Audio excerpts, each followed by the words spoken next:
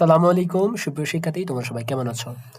ইতিমধ্যে যারা হাজী মোহাম্মদ দানিশ বিজ্ঞান ও প্রযুক্তি বিশ্ববিদ্যালয় অর্থাৎ HSTU-তে তোমরা ভর্তি পরীক্ষায় অংশগ্রহণ করেছিলে, তাদের ভর্তি পরীক্ষার ফলাফল, সমস্ত ইউনিটের ভর্তি পরীক্ষার ফলাফল, ABCD ইউনিটের ভর্তি পরীক্ষার ফলাফল প্রকাশিত হয়েছে। তোমরা কিভাবে ভর্তি পরীক্ষার ফলাফল দেখবে ওয়েবসাইটে গিয়ে, এবং তোমার কাঙ্ক্ষিত ইউনিট অথবা তুমি যদি বি ইউনিট বা সি ইউনিট বা এ ইউনিট বা ডি ইউনিটে ভর্তি পরীক্ষা দিয়ে থাকো, তোমার লাস্ট কত মিনিট পর্যন্ত চান্স হতে পারে বিস্তারিত আমাদের ভিডিওতে।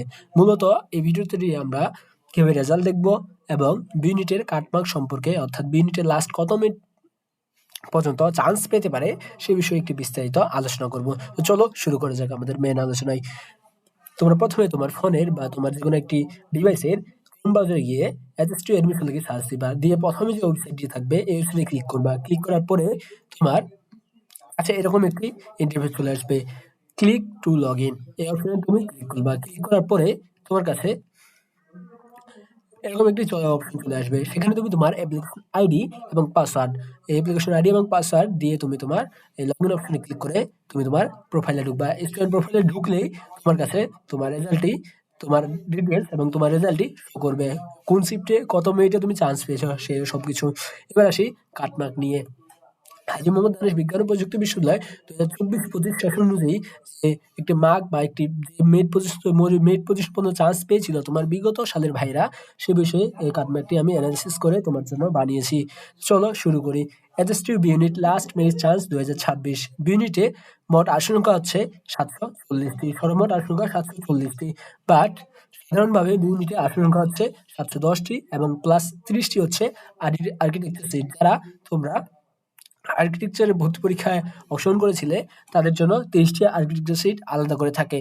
তো এই যারা আর্কিটেকচারে ছিল তাদের মেরিট কত মিনিট পর্যন্ত চান্স পেতে পারে, তাদের মেরিট আর কি ভাইয়া, যদি তাদের মেরিট 100-র ভিতরে থাকে, 100 মিনিটের মেরিট পজিশনের ভিতরে থাকে, তাহলে আর্কিটেকচারে যারা মেরিট পজিশন 100 পরীক্ষা দিয়েছিলে তাদের মেরিট যদি 100-র ভিতরে থাকে তাহলে তারা আর্কিটেকচার পাবে।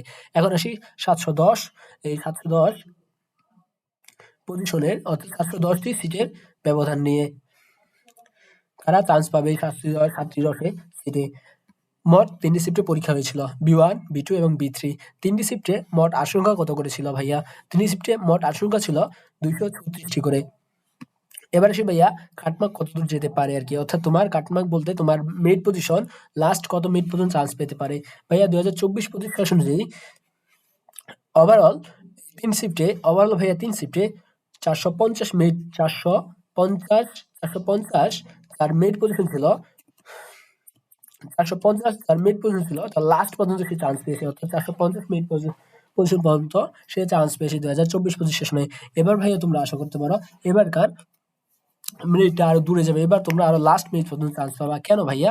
কারণ তোমার এখনো অন্যান্য বিশ্ববিদ্যালয়ে ভর্তি পরীক্ষা অনুষ্ঠিত হয়েছে, কিন্তু ভর্তি পরীক্ষার এখনো তোমাদের রেজাল্ট প্রকাশিত হইলেও ভাইয়া এখনো ভর্তি কার্যক্রম শুরু হয় নাই, অর্থাৎ স্টুডেন্ট কোথাও ভর্তি হয়নি ভাইয়া। কিন্তু আগের বছর 2024-25 সালে স্টুডেন্টরা ভাইয়া তারা ভর্তি হয়ে গিয়েছিল, এবং জিএসটি থেকে গুচ্ছ বের হয়ে, জিএসটি থেকে গুচ্ছ বের হয়ে, যে গুচ্ছ থেকে হাজী মোহাম্মদ দানিশ বিজ্ঞান ও প্রযুক্তি বিশ্ববিদ্যালয় বের হয়ে যাওয়ার কারণে পরীক্ষা লেটে ছিল একটু, এবং অনেক শিক্ষার্থী তারা আগে ভর্তি হয়ে যাওয়ার ফলে একটু লাস্ট তোমাদের কাটমার্ক একটু কম গিয়েছিল, তোমাদের লাস্ট মেরিট পজিশন কম গিয়েছিল। এবার তো কোথাও ভর্তি হয়নি ভাইয়া, তোমার মেরিট পজিশন যদি 500-র ভিতরে থাকে, 500 মেরিট পজিশন যদি থাকে তোমার কোনো ক্ষেত্রে, তোমার মেরিট পজিশন যদি 500-র ভিতরে থাকে, আশা করি তুমি একটি সাবজেক্ট পাওয়া ভাইয়া।